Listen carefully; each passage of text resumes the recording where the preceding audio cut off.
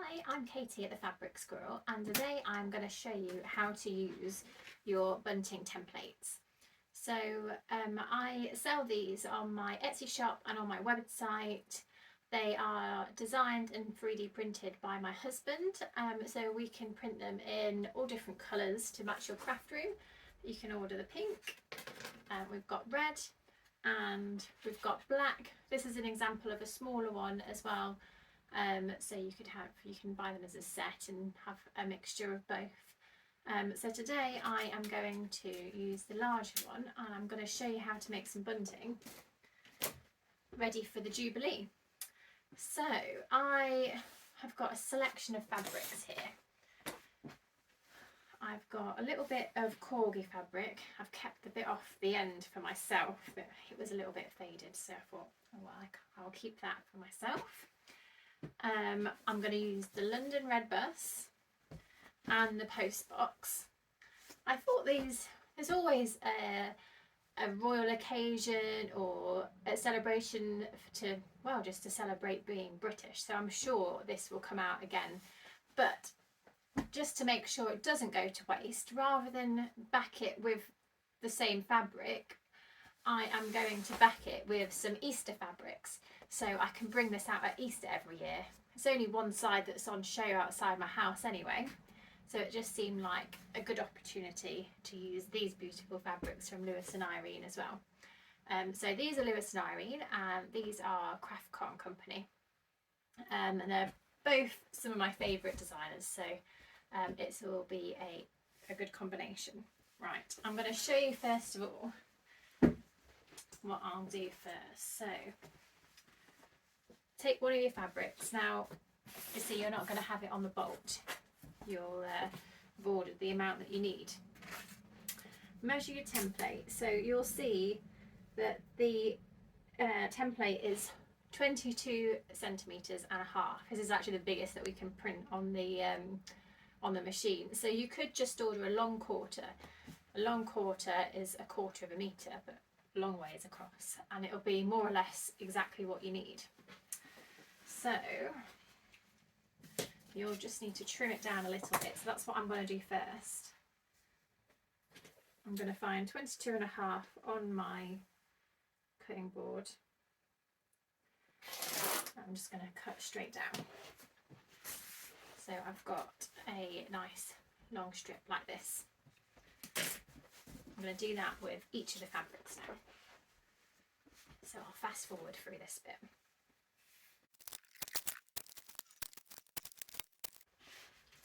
Right, so now I have got a strip of fabric for each of these designs.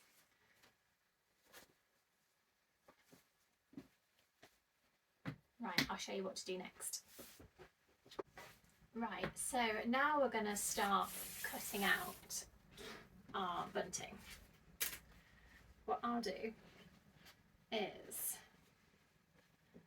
I'm going to layer these up.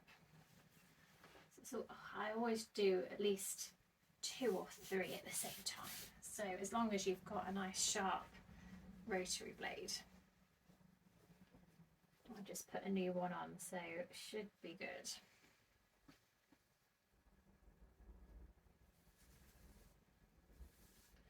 I'm going to first just get rid of that selvage.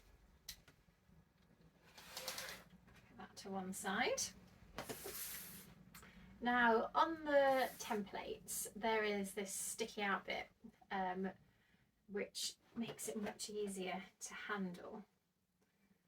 So make sure you've got your top edge lined up along the top, and keep your fingers well away from the edge, and you're just going to run along that edge there. So with the end one, you'll just need to flip it. See, depending on whether you're right or left-handed. And then you've got your first lot of triangles. So yeah, the circle does make it easy just to flip round.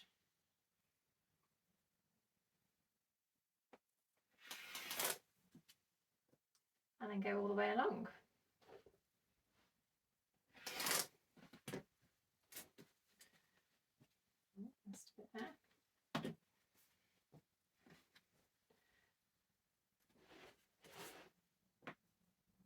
when you're picking fabric for bunting, it's worth considering what direction it goes in.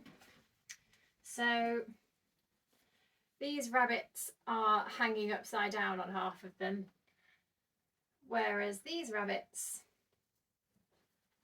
and these chicks, where is it? Don't really matter which way round, so I'm going to have less wastage with those. I'm backing these in different fabrics, so in this scenario I am going to have a couple that are wasted. Well, they won't be wasted, they'll go in my stash to do something with another time, but normally if I had them like that I would back them with the upside down one, so these weren't wasted. So now you just need to go all the way across, and I'll speed up for this bit.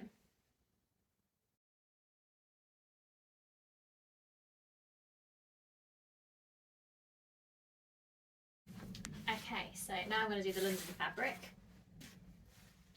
Make sure I've lined them up the right way. This one is slightly faded at the top. It's because it must have been one of the first bolts, I'm assuming. But I don't think it'll matter once it's sewn onto the bunting.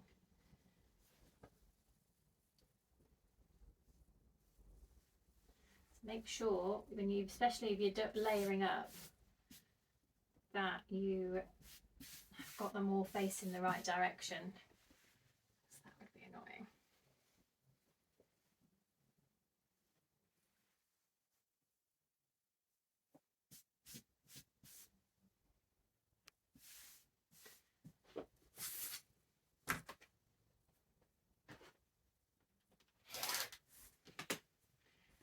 Right, so I'll get started with these ones now. If you don't have, I mean, I use a rotary cutter all the time. I use it when I'm dressmaking, quilts, I use it all the time. I always have a couple. I've got a tulip pink one as well, and it's just whichever has the sharpest blade, to be honest.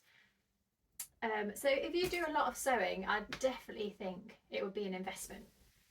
If you don't have one, then you can still use the bunting templates. If you just use some chalk or like an erasable pen, you could mark around, flip, do your marks, and then just use scissors. So you still get a nice even, evenly sized triangle. So yeah, even if you don't have a rotary cutter, still a gadget that you can make use of.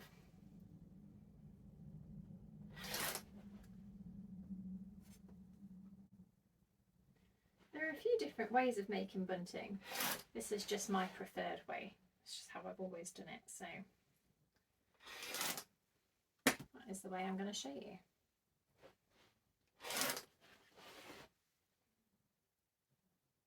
Notice that I'm moving my whole body.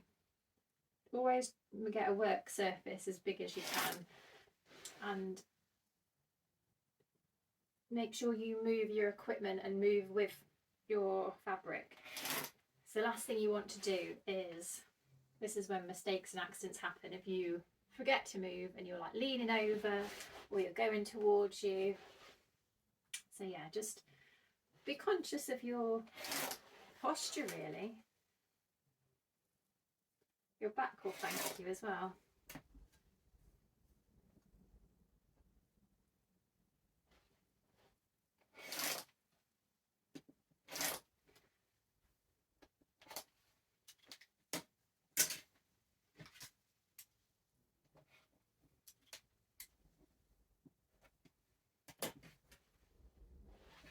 Right, now I'm going to pair them up.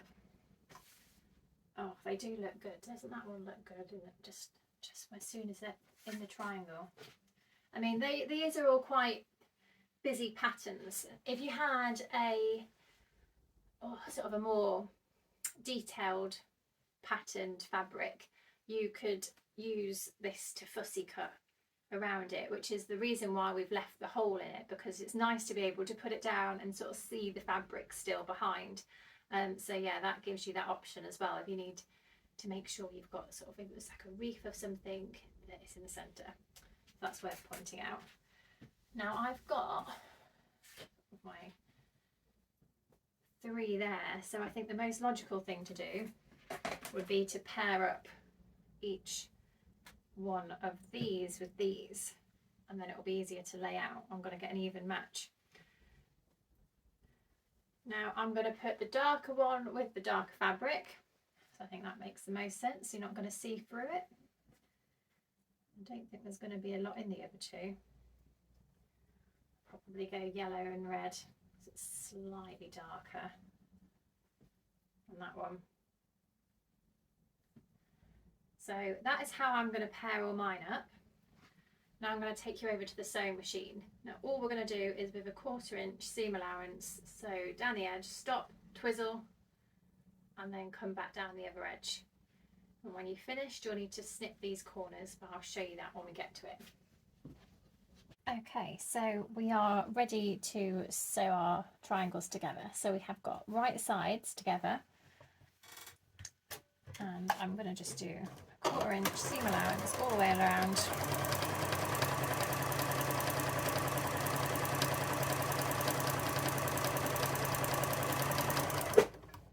When you get to the end, just stop, lift your foot and turn, and go back the other way.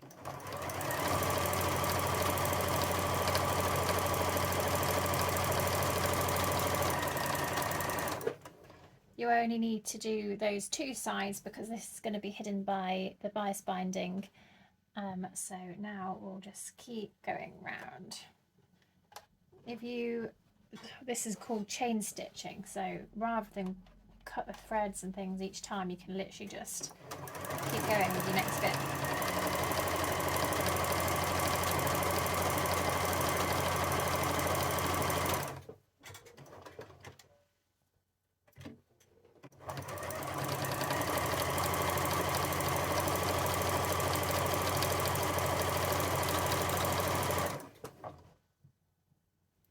Right, so hopefully you've got the hang of that now. I will speed up and do these.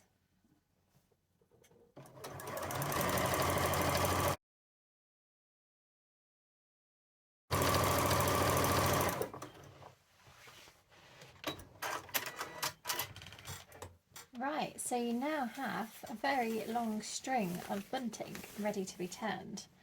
So I'm going to move that away a moment. So we can just snip the threads that's holding them together, and I'm just going to turn so you can see this a bit better. We just need to cut that corner there so that the point when you turn it out is going to be nice and sharp. That is the key to a good bunting flag. And now you just need to go and repeat for all of these.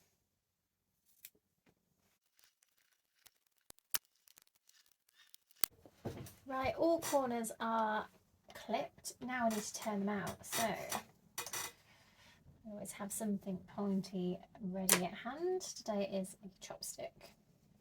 Sometimes I use my loop turner or knitting needle, but anything works fine. Nothing too sharp because you might end up poking a hole through, like if you use the end of your scissors or something. So you need to turn them out and poke that so you get as neat a point as possible. And we need to do that with all of these, and then we will press them.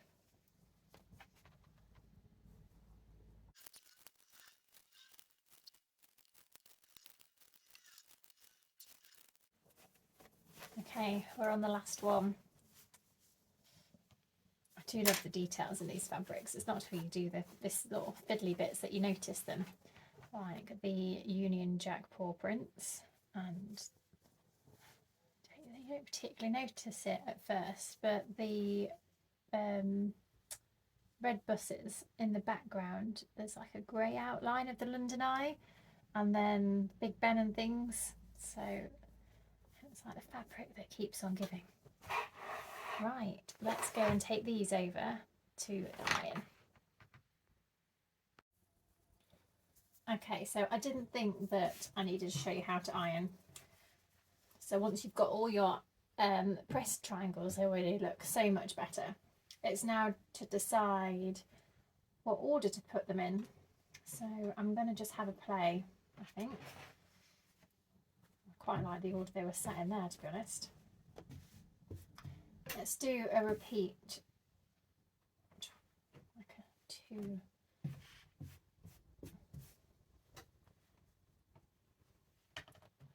Quite like that, but obviously we have done these double-sided, so I need to make sure it feels right the opposite way. I mean, when you've only got 3 designs, you can't go too wrong, but I think I'm quite happy with that.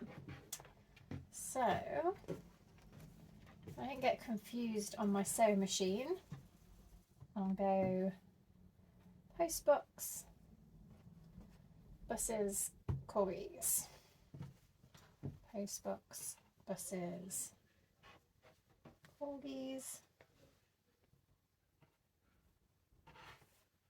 postbox, buses, corgis, postbox, buses, corgis.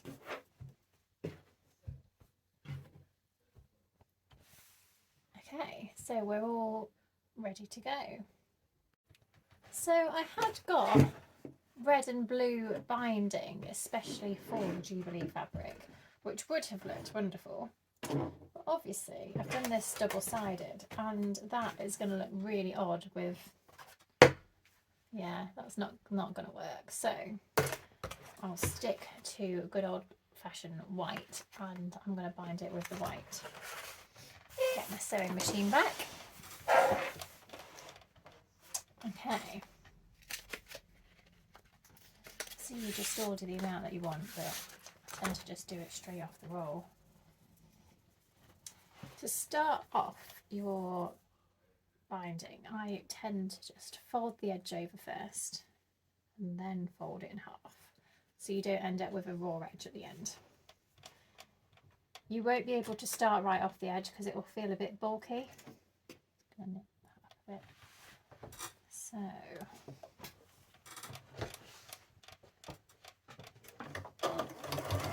I'm going to do a couple of stitches and then I'm going to back stitch as close to the edge as I can. There we go.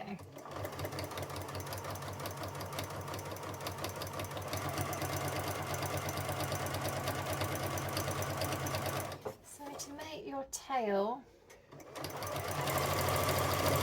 it's up to you really how long you make it. I like to leave a good tail that you'd be able to, so like a good amount to tie a knot with, so you can tie it to things. I'm going to leave it about there. Make sure that whichever way you do it the same for both. So if you're going to make like all the London fabric facing you or all the Easter fabric facing you, if that makes sense. Now you can go ahead and pin these in place, or if you've got clips you could clip them. If I don't have to, I do not like pinning. So I am going to be a rebel. And I'm going to just do each flag as I go. It does help if you just crease that binding in half as well before you start, so it sits together nicely. Oh, it can be a little bit fiddly. Once you get the hang of it, it'll be fine. There we go.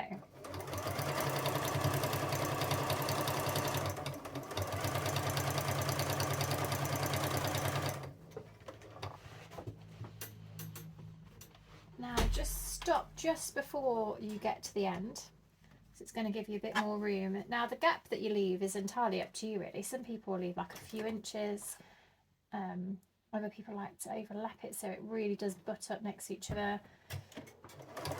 I like to do it so that the triangles are touching at the top, so you've got a tiny bit of a gap.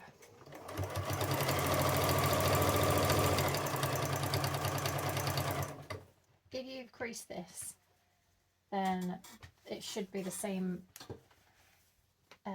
same size each side, but just always double check your back. Make sure you're catching it on both sides, because there's nothing more annoying than realising that you've got to sew it again. Does help to lift that foot as well, and then it sort of secures it as well when you put it back down again.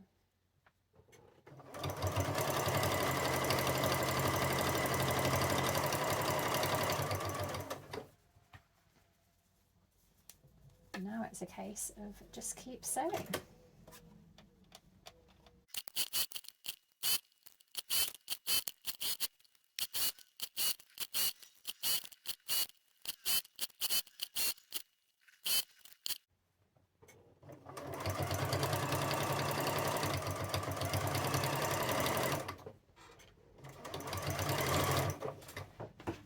When you get to the end, I obviously just done this by hand, I've not measured it, so I just work out how long this needs to be, leave a little bit longer.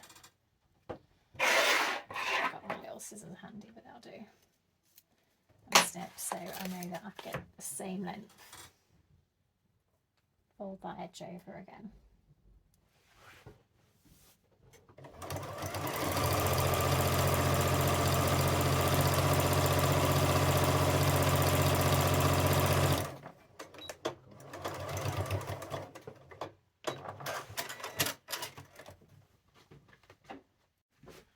Okay, so there we have it.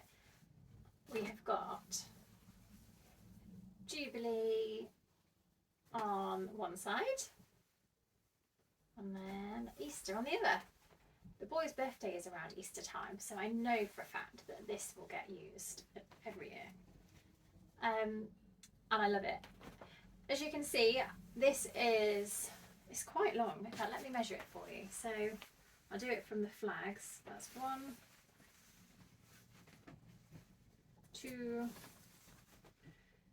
So it's 3 meters long. So if you did do the opposite triangle and do it all in the same fabric, you can make 3 meters of bunting with 75 centimeters of fabric. So you can order a ½ meter and a long quarter, and it will all come as 75 centimeters, and then you can, that is 3 meters worth of bunting. So that is good to know as well. So yeah, I'd love to hear from you. If you use your bunting template, let me know how you get on, and don't forget to tag me in social media. And thanks for watching.